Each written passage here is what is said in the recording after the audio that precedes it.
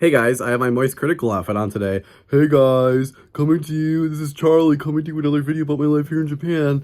Anyways, I've been seeing a lot of comments on my videos from people who are saying that because I made a video, this video, or I talked about this specific thing, some people are saying things like, oh, I realized I shouldn't move to Japan after watching this video. And honestly, I feel a little guilty about that. I mean, I don't want to like deter people from following their dreams. But I do think there are certain things that you might want to keep in mind. And I wanted to talk a little bit more about like specifically who I really wouldn't recommend to move to Japan. Or if you're, if you're not planning on changing these things and, you have a really strong kind of opinion about certain, I don't know, certain values you have, maybe Japan isn't for you. So I thought I would talk about that today. So number one would be somebody who has a lot of pride in their identity and their individualism, about people recognizing them for certain beliefs or certain things they stand for, or being part of a certain community or something, and having a strong opinion about that you feel like you're doing something good by talking about an issue, or by bringing awareness to something, or encouraging people to be proactive and fixing something. I'm not saying that's a bad thing, but I'm just saying that in Japan, people tend to always take the middle route. Anytime you're talking about a moral issue, people will always try to see both sides, almost to a fault. It's a good thing, really good thing about Japan, but also it can be difficult because if you have a strong belief about something, things can kind of get to you. And me personally, with my political beliefs right now, if I talk to Japanese people about what's going on in the U.S. and Donald Trump and Elon Musk, they'd be like, well, let's look at it from their point of view. There's some great things about Donald Trump, and like, I can't help but feel like in my heart, I'm like, oh, like, what the fuck are you talking about? But, that's the American and Japanese culture clashing. If you're somebody who always needs to be kind of a part of that discussion, and you feel like that's a moral obligation that you have to fight for what you believe in, I don't think Japan is the place for you, because people tend to try to be a little bit more even keeled and a little bit more. I'm not saying that people aren't reasonable if they have a certain belief, but people always try to take the middle route here.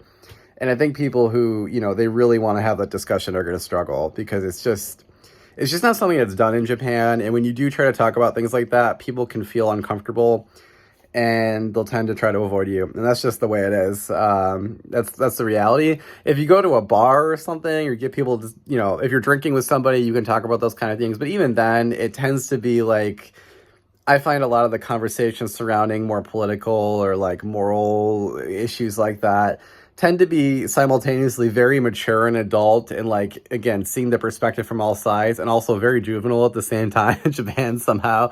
Like, they just, critical, having, a really strong opinion about something that you're able to articulate really well is not something that Japanese people learn how to do in school here. So, compared to America, they're not even close to being on that level of like having strong opinions about things. So that would be number one. Number two would be somebody who doesn't like to be put on the spot, or doesn't like to be out in the open. I've talked about this in my previous videos, but the reality of moving to Japan is that you're going to be, even now in 2025, you're going to stand out at times. And, people in Japan, this is just my experience.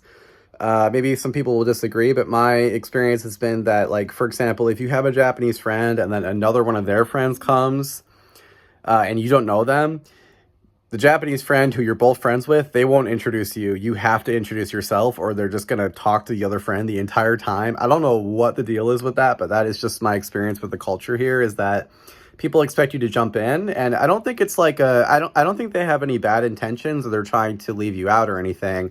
I just think it's the way conversations are handled in Japan. Everybody kind of meets in the middle. Whereas I think in the West, we have more of this idea of like, kind of like acting as the bridge between certain relationships for different people, and introducing people in this context, or inviting people to a party and introducing them in that context. And in Japan, there really isn't any of that. I really experienced this, especially when I was doing karate. I was, one of my friends is a black belt, and I tried doing karate for like 6 months, a year. And, at the dojo, they don't teach you anything. They really don't. I mean, I had some amazing lessons from our head. I think Nakamura Sensei is like the head sensei at the dojo. He's a really great guy. I mean, he's like real life Yoda. I mean, this guy's like 80 years old and he could kick my ass for sure. And I got some amazing lessons from him, and it was a really great experience. But at the end of the day, what happens at the dojo is everybody goes into a room and you all do the same moves at the same time. And if somebody can't do it, they look like an idiot and they just look stupid until they can learn how to do it. And that's just kind of the way it's done in Japan. So, there isn't a whole lot of like this, like bridging the gap and like making comfortable introductions for people. That's not really a huge part of Japanese culture in a lot of ways, which is weird, right? Because of the way people talk about like omoyari and the Japanese service culture, you think that they would be very good at that. But for some reason, that's just not really a part of Japanese culture. It's like, it's not that they're not doing it. It's just that the expectation of like how that entire interaction will unfold is, it's from a different perspective. They expect you to just, like, if you want to talk to people, just jump in. Like, I don't think there's not anything malicious about it, but it's just like, again, as an American, I experienced so many times with that where I'm like, aren't you going to tell me their name, or aren't you going to introduce me? And it kind of annoys me, but I'm like, oh yeah, right. I just got to talk. Like, it's okay. They're not trying to be weird. But that is kind of the case. And especially as a foreigner, there's going to be a little bit more of that gap there where some people are going to wonder, is it okay if I introduce this guy to my friend group? And you just need to prove them right. Then, yeah, it is okay. And you just go in there and you talk to them. So if you're somebody who doesn't like confrontation or doesn't like being put on the spot, Japan is not for you, at least for like the next 30 years, because that's the way it is living as a foreigner here in Japan. If you want to have a strong social life with Japanese people. And then I guess the third one I would say is that if you're somebody who, if you get affected by people's opinions about you, or negative comments, or like little light jabs or criticisms, I wouldn't say Japan is a great place for you either, because where I used to live in Kansai, there was this culture of like tsukomi. They call it tsukomi, which is like kind of like jabbing with friends, or like jabbing in comedy. They have like a style of comedy in Kansai called manzai, which is like a 2-person comedy duo that's kind of like, I don't know, I guess it'd be like Abbott and Costello or something, where there's like one person that's supposed to be like the straight man, one person's supposed to be the funny guy, and they play off each other. That was a very strong culture there where I was living before. Just in general in Japan, I think people tend to, make fun of each other a lot more, and just, there's a lot more like ribbing in general. If you watch any Japanese TV show, any variety show, it's just constantly like some challenge, and then everyone else just making fun of them while they're trying to do the challenge. So yeah, that's a lot of like social life here. And if you can laugh at yourself, it's fine. But if stuff like that bothers you, might not be the country for you, because that stuff is like relentless. And there's been so many videos like Abroad in Japan. Chris Broad made that video about like, don't get fat in Japan, because people will just poke you in the stomach and say, wow, you got fat. Like they just have, like, for a country where people are so obsessed with always paying attention to other people and their surroundings and how to say this exact thing in the correct way, they'll just come right out and just say like some pretty offensive things. I mean, I've heard some crazy stuff. I'm not going to repeat here, over the last 10 years. And it's just like, yeah, whatever. I mean, just get over it. Like, that's the reality of how people feel here. And that can bother a lot of people. I think especially a lot of Americans, because we have this culture nowadays of like body positivity, everyone's beautiful and blah, blah, blah. And that is not a thing in Japan.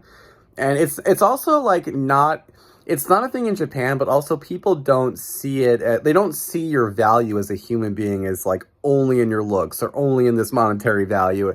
I think we're more superficial in the US, but we try to like make up for it with other ways. Like we try to make up for it by being more inclusive or more accepting. It's like we can be superficial, but we accept you in this wider range of whatever.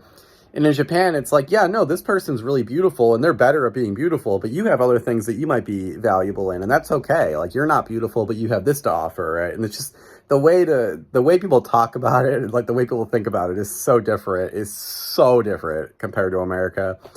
And I thought that was really interesting. So if you really care about that kind of stuff, about people like, treating everybody like the way that you think is like appropriate and blah, blah, blah, it might not be the best country for you either, because There just isn't really a lot that culture never entered Japan, like that, like everyone is beautiful and we need to treat everybody really nice. That just never was a thing here. It's like, yeah, we're gonna like make fun of you, but it's okay, like, just get better. Like that's the attitude in Japan. And it takes a while to get used to that if you're not used to it. Yeah, so those are my three main points, I guess. I mean, I could go on for a very long time, but yeah, if you guys feel like that fits you at all, yeah, you might want to be careful. I'm not saying to not come. I'm just saying, like, be aware of that and be aware that you're going to have to change the way you're thinking about it a little bit if you choose to live here long term. Those things all bother me to an extent, and I've kind of adjusted over time to the point where I don't feel like I'm American or Japanese anymore. Like, I don't feel like I'm Japanese, but I don't feel like I'm American anymore either, because I've had those things just like torn apart and questioned over 10 years of being here. And eventually you just accept that it's like, oh, I don't need to have I don't need to have my identity be like a country or tied to a country. I can just be myself and like decide what I want to keep and what I don't want to keep.